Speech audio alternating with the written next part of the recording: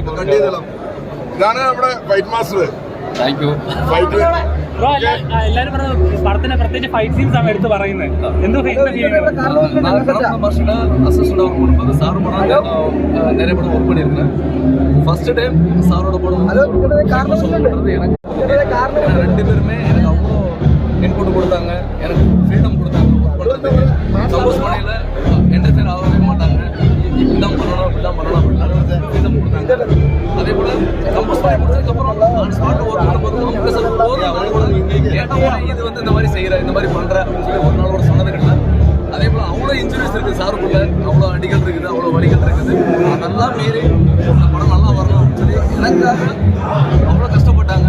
உண்மையிலே எனக்கு தேட்டரில் உட்காந்து பார்க்கும்போது அவ்வளோ இன்ட்ரெஸ்டிங்காக இருந்துச்சு, ரொம்ப ஹாப்பியாக இருக்குது.